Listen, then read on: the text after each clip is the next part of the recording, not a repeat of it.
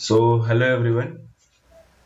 आजचा ट्रेड आपण प्लॅन करत आहोत इथं मार्केटमध्ये. ऍक्च्युली गॅप अप नंतर ना मार्केटमध्ये आपण बाईंगला ट्रेड प्लॅन करणार होतो. बट मार्केटमध्ये पहिलाच गॅप अप ओपनिंग होऊन सेलिंगला मार्केट आलेलं होतं कंटिन्यू. आणि मार्केटनं 52,500चा सपोर्ट घेऊन आणि प्रिव्हियस डेचा हायचा सपोर्ट घेऊन मार्केट वर चालले. आता अशा ठिकाणी निफ्टी 50 पण सेम रिझल्ट दाखवते बाईंगचे. तर ह्या ठिकाणी पॉसिबल वे बाईंग होण्याची शक्यता थोडी कमी आहे. सो आपण इथं एक सेलिंगचा ट्रेड प्लॅन करणार आहे. खालच्या साईडला एसएल अवेलेबल आहेत. आपण जसं काल एक अंडरस्टँड केलं की मार्केटमध्ये खालच्या साईडला एसएल अवेलेबल आहेत. 52,000चा सपोर्ट घेऊन जर मार्केट वर चाललंय तर हे दिखाव्याचं बाईंग आहे. हा एक एसएल क्रिएशनचा झोन आहे. म्हणजे हे एसएल क्रिएट केलेले एसएल्स आहेत. सो आता ह्याचा हाय ब्रेक झाला आपल्याला जर बुलिश सॉरी बेरिशनेस दिसत असेल तर आपण एक छोटासा ट्रेड प्लॅन करणार, छोटा एसएल ठेवून. आणि आपला एक रेजिस्टन्स पण आहे अप्पर साईडला. आणि निफ्टी 50 पण आपल्याला साथ देते आहे त्याच्यामध्ये. सो आपण एक प्लॅन करणार, एक छोटासा ट्रेड इथे. मी जे काय होते तुम्हाला अपडेट करेल. सो हॅलो ट्रेडर्स, आपण इथं आपली एंट्री एक्झिक्यूट केलेली आहे. आता आपण ट्रेड कशा पद्धतीनं प्लॅन करतोय किंवा काय ट्रेड आपण घेतला ते one by one me explain करतो, ट्रेड घेण्याचं रिझन. सो आपण इथं ट्रेड प्लॅन केलेला आहे. आपल्याला एसएल इथं छोटा बसतोय म्हणून आपण इथं ट्रेड प्लॅन केलाय. आणि आपला जो एसएल राहील तो मॅक्झिमम 75 पॉईंटचा एसएल राहील. त्याच्यावर आपण जास्त एसएल देणार नाही. आणि जर आपल्याला लॉस बुक करायचा असेल, सॉरी, हा आपला एसएल राहील. आणि जे काही आपण टार्गेट घेणार आहे ते ऑलमोस्ट इथपर्यंत आपण टार्गेट घेणार आहोत. आता इट्स अ गुड लेवल. हे जे बाईंग आलेलं आहे हे रिटेलरला बोलवण्याचं बाईंग आहे. आपण थोडीशी अर्ली एंट्री घेतली बट नो इश्यू. आपण वेट करूया. आपला एसएल चांगल्या ठिकाणी आहे. आपण मॅक्झिमम जे काय आपण ठरवतोय त्या पद्धतीनं आपण एसएल देणार, त्यावर आपण एसएल देणार नाही आहोत. तर आता आपण ट्रेड का घेतला किंवा ट्रेड घेण्यामागचं रिझन काय आहे? आपण ऍक्च्युली बाईंगला बघतोय बट सेलिंगचा ट्रेड प्लॅन करतोय, असं का होतंय? सो आता आपण आजचा दिवस पहिला अंडरस्टँड करूया. मार्केट गॅप अप ओपनिंग झाले, सेलिंगला आले. मार्केटमध्ये लो ब्रेक झाला आणि एक 500ची लेवल इथं आहे, 52,500ची लेवल. आता मार्केट जर डायरेक्टली खाली गेलं असतं आणि मग बाईंगला आलं असतं तर एक आपल्याला कन्सिडरेबल रिझन होतं की मार्केटमध्ये पहिला सेलर्सला बोलवले, नंतर बाईंग इन्व्हॉल्व्ह झालेलं आहे. तर असं न होता ज्यावेळेस 500चा मार्केट जर डायरेक्टली सपोर्ट घेऊन मार्केट जर वर जातंय प्लस हाय ब्रेक करतंय आणि बँक निफ्टीमध्ये सेम रिझल्ट आहे आणि निफ्टी 50 मध्ये पण आपल्याला सेमच गोष्ट दिसतीये की कंटिन्यू बाईंग आहे. आणि अशा ठिकाणाच्या बाईंग मध्ये रिटेलर स्वतःची एंट्री बसवून बसतो. म्हणजे अशा ठिकाणी तर तो पॅनिक सिनारिओ मध्ये हमखास एंट्री घेतो की मला आता ट्रेड मिळतोय, छोटा एसएल बसतोय, मी इथं ट्रेड प्लॅन करणार. तर अशा ठिकाणी आपण सेलिंगचा ट्रेड प्लॅन केलं. थोडीशी आपली अर्ली एंट्री पण बसलेली असू शकते, कारण हा मुवमेंट तुम्ही बघताय, हा मुवमेंट येणं आपल्या एक्सपेक्टेशन मध्ये नव्हतं बट आलाय. नो इश्यू, काही प्रॉब्लेम नाही. आलाय तर आपण एसएल द्यायला पण तयार आहोत. एसएल देऊया आपण. मॅक्झिमम जो आपण एसएल ठरवतोय तो आपण एसएल देणारच आहोत, त्याच्यामध्ये काही दुमत नाही. बट ट्रेड घेण्याच्या मागचं हेच रिझन होतं. बघूया आता काय होतंय. ओव्हरऑल मार्केट एकतर वर जाईल, खाली जाईल, कुठल्या तरी दोन पद्धतीनं मार्केट वर्क होईल.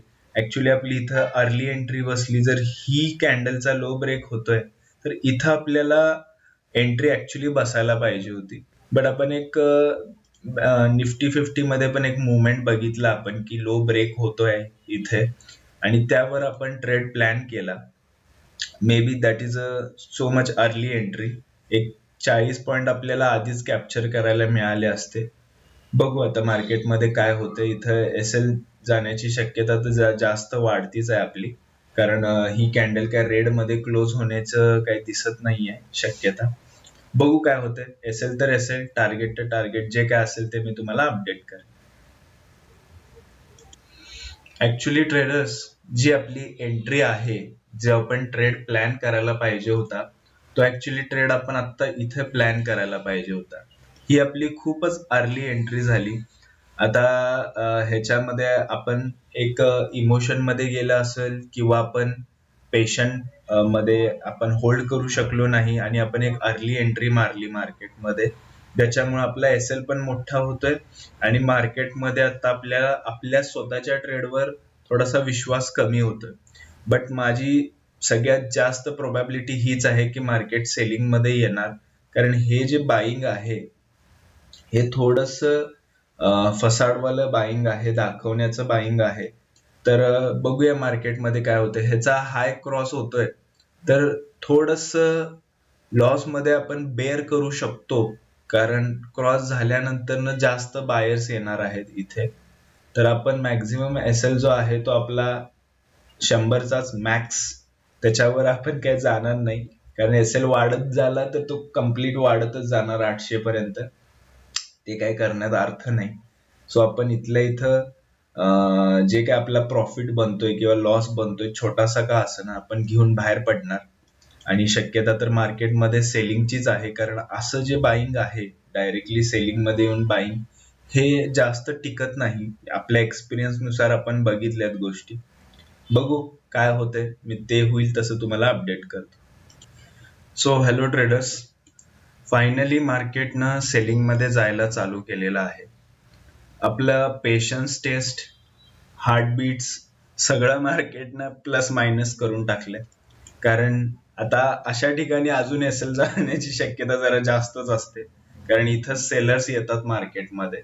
सो जर मार्केटनं आता खाली जायचं तर ते इथनच जाईल, नाहीतर मग आपला एसएल गेलाय क्लिअर कट. आता इथनं जर मार्केट वर जाते तर ते काय खरं नाही, ते मग आपला एसएलच हिट करते. आता मार्केटमध्ये हा मुवमेंट आपण एक्सपेक्ट करत होतो इथे इथे मॅक्झिमम इथनं खाली. बट हे जे झाले मार्केटमध्ये, हे कम्प्लिटली ज्यांनी ज्यांनी काय म्हणतात की सेलिंगचे ट्रेड प्लॅन करायला, कारण मार्केटमध्ये वरच्या साईडला तर एसएल अवेलेबल नाहीयेत, कारण मार्केट खूप वेळानंतर इकडे आले, ह्या लेवलच्या आसपास आले मार्केट. तर इथं तर एसएल अवेलेबल नाहीयेत. आणि हे जे मार्केट असं असं वर चाललंय ब्रेकआउट देऊन, त्यानंतर ना हायर हायच्या कॅन्डल बनवून, ब्रेकआउटची कॅन्डल बनवून, ही लेवल असू दे, लेवलच्या ब्रेकआउट देऊन, ह्या लेवलला मार्केट खूप डिफिकल्ट लेवलला अशा पद्धतीनं मुवमेंट करायला की हे लॉजिकल नाहीये मार्केटचं चालणं. तर अशा ठिकाणी रिटेल सेलर पोझिशन बनवतो आणि त्याचे एसएल जे अवेलेबल असतात ते अशा अशा लोअर लोला अवेलेबल असतात. आता ही लेवल खूप इम्पॉर्टंट लेवल आहे. इथनं जर बाईंग येतंय तर डेफिनेटली मग ते हायर हाय करून वरच जाणार आणि आपला एसएल गेला म्हणायचा आणि आपण चुपचाप बाहेर पडायला पाहिजे. बघूया मार्केटमध्ये. आणि निफ्टी 50 मध्ये पण ब्रेकआउट झालाय, बँक निफ्टी मध्ये पण हाय ब्रेक केला मार्केटनं, निफ्टी 50 मध्ये पण हाय ब्रेक केला. तर अशा ठिकाणी सगळेजणच बाईंगला कन्वर्ट होतात, आणि ज्यावेळेस सगळेजण बाईंगला कन्वर्ट होतात त्यावेळेस मार्केट बाईंगला न जाता सेलिंग मध्ये येण्याची शक्यता जरा जास्त असते. ऑल्दो आपला अनालिसिस हे बाईंगच होतं, बट आपण तरी पण सेलिंगचा ट्रेड प्लॅन केला, कारण मार्केटनं आपल्याला तसं दाखवलं की इथं आपण बाईंग करणार होतो. बट ते लॉजिकल बाईंग मला वाटलं नाही, ते जास्त सस्टेनेबल होणार नाही, किंवा मार्केट इथपर्यंत येईल का नाही ह्याची शक्यता कमी होती. कारण मला काय वाटलं की मार्केटमध्ये हा हाय ब्रेक करून मार्केट खाली जर आलं तर आपल्याला जास्त काही टार्गेट अचीव्ह करायला मिळणार नाही, एक 100 पॉइंटच मिळतील. बट इथं एवढा मुवमेंट करेल, आता इथं बसून आपण ह्यांना टार्गेट तर नाही करू शकणार, कारण हा एक चांगला प्लेअर आहे. तर आपण इथल्या इथं जो काही प्रॉफिट बनतोय, तर हे आपल्याला थोडस मार्केट अजून पेशंटफुली हे करणार. बट जर मार्केट ह्यांचे असेल तर खाणारच नक्की, कारण हा जो मुवमेंट आहे, हा थोडासा जो गॅप आपल्याला दिसतोय, या गॅप मध्ये रिटेल बायर एंटर होतो मार्केटमध्ये. आणि जेव्हा रिटेल बायर एंटर होतो तेव्हा नक्कीच त्याचा एसएल इथं अवेलेबल असतो, तर त्यांचा एसएल तरी मार्केट नक्की खाईल, आणि मग ओरिजिनल मुवमेंट जो काय असेल बाईंगचा किंवा सेलिंगचा तो करेल आणि तेव्हा आपण मार्केटमध्ये जे काय असेल ते छोटासा लॉस घेऊन निघून जाऊ. आणि ऑल द वे आपल्याला इथं काही जास्त लॉस दिसत नाहीये. बघूया काय होतंय. सो हेलो ट्रेडर्स, हमने हमारा आज भी लॉस बुक किया है. मार्केट हमने जैसे कहा था कि अगर यहाँ से बाइंग, अगर मार्केट इथनं बाइंगला जातंय तर आज पण आपला लॉस हिट झालेला आहे, म्हणजे आपलं लिमिट हिट झालेलं आहे. तर आता आपण ट्रेड का घेतला, आपली काय चुकी झाली, जरासं एकदा क्विकली अंडरस्टँड करू. पहिली गोष्ट, आपण गॅपअप मध्ये बाइंगला बघणार होतो. काल जी आपण चूक केली तीच चूक आपण आज रिपीट केली, की आपण बाइंग केलं नाही, आपण सेलिंगच केलं. आता मार्केटमध्ये गॅपअप ओपनिंग होऊन ज्यावेळेस मार्केटनं डे क्लोजिंगचा आणि 52,500चा ज्यावेळेस मार्केटनं सपोर्ट घेऊन मार्केट ज्यावेळेस वर जायला लागलं, त्यावेळेस दिस इज अ नॉट राईट, आपण असं ह्याला म्हणू शकतो. कारण मार्केटमध्ये ज्यावेळेस असा सपोर्ट घेऊन मार्केट वर जातं त्यावेळेस रिटेल बायर्स हे सगळं बघत असतो आणि तो स्वतःची पोझिशन इथं बाईंगला बनवत असतो. आता इथं आपल्याला एक चान्स होता बाईंगचा ट्रेड, बट आपण तो बनवला नाही. का बनवला नाही? कारण ही 52,500ची लेवल असल्यामुळे इथं आपण बाईंग केलं नाही. बट लॉजिकली मार्केटनं असं तर केलेलं नव्हतं. आपण ही एक गोष्ट आयडेंटिफाय करायला पाहिजे होती की 52,500 जरी मार्केटनं सपोर्ट घेतलाय तरी डे लो ब्रेक करून रिव्हर्सल आलाय. जर तो नॉर्मल, जर फर्स्ट कॅन्डल जर एवढी मोठी असती आणि डायरेक्टली 52,500चा जर मार्केट सपोर्ट घेऊन वर जात असतं विदाउट डेचा लो क्रॉस करता, तर मग मार्केटमध्ये आपण म्हणू शकलो असतो की हा, हे दाखवण्याचं बाईंग होतं. ओके, त्यानंतर मार्केटचा हाय क्रॉस झाला आणि आपण एका प्रोबॅबिलिटीनं इथं एक अर्ली एंट्री मारली की इथं एक रेजिस्टन्स होता मार्केटमध्ये, एक चांगला रेजिस्टन्स, प्रिव्हियस वाला रेजिस्टन्स होता. त्यानंतर मार्केटमध्ये हा जो मुवमेंट आलेला आहे, हा मुवमेंट ट्रॅप करण्यासाठी आणि खालच्या साईडला पण एसएल अवेलेबल होते. प्लस हा जो मुवमेंट दिसल्यामुळे 52,500 नवीन बायर सेंटर होणार आणि मग मार्केट डायरेक्टली त्यांचे एसएल खायला खाली येऊ शकतं, असा आपला प्लॅन होता मार्केटमध्ये. बट तो प्लॅन कम्प्लिटली उलटा झाला. मार्केटमध्ये ही आपली एकतर अर्ली एंट्री बसली. जर आपली एंट्री बसली असती तर ती लॉजिकल एंट्री इथं होती मार्केटमध्ये, ह्या ग्रीन कॅन्डलला आपली एंट्री होती. एसएल मग आपला बरोबर मॅनेजेबल एसएल बसला असता. जर आपण तसं प्लॅन केलं असतं की आपण पेशंटफुली वेट, कारण आपण सेलिंगच बघत होतो, तर आपला एसएल इथं पण मोठाच झाला असता. इलॉजिकलच होतं, बाईंगच करणं योग्य होतं. तर आता उद्या मी जोपर्यंत ती गोष्ट मी कॉन्कर करत नाही, कुठली गोष्ट, की जर आपण बाईंगला बघतोय तर आपण बाईंग करणार, जर आपण सेलिंगला बघतोय तर आपण सेलिंग करणार आणि आपल्या पोझिशनला आपण लॉयल राहणार. आपण उलट्या रिव्हर्स ट्रेडमध्ये बसणार नाही. आपण ही जी मुवमेंट पकडणं आहे, हे मुवमेंट पकडणं आपण शिकलं पाहिजे. त्याच्यावर जरासं आता मी फोकस करणार, कारण दोनदा आपण सेम चूक रिपीट केलेली आहे. हेच रिझन होतं इथं ट्रेड घेण्यामागचं. एक तर रेजिस्टन्स होता, डे हाय क्रॉस झालेला, निफ्टी 50 मध्ये पण कंटिन्यू बाईंग होतं. इथं निफ्टी 50 मध्ये पण कंटिन्यू बाईंग होतं. बट ह्या सगळ्या रिझनमुळे सगळेजण पोझिशन बनवणार इथं आणि स्वतःचा एसएल ह्या ठिकाणी होल्ड करणार.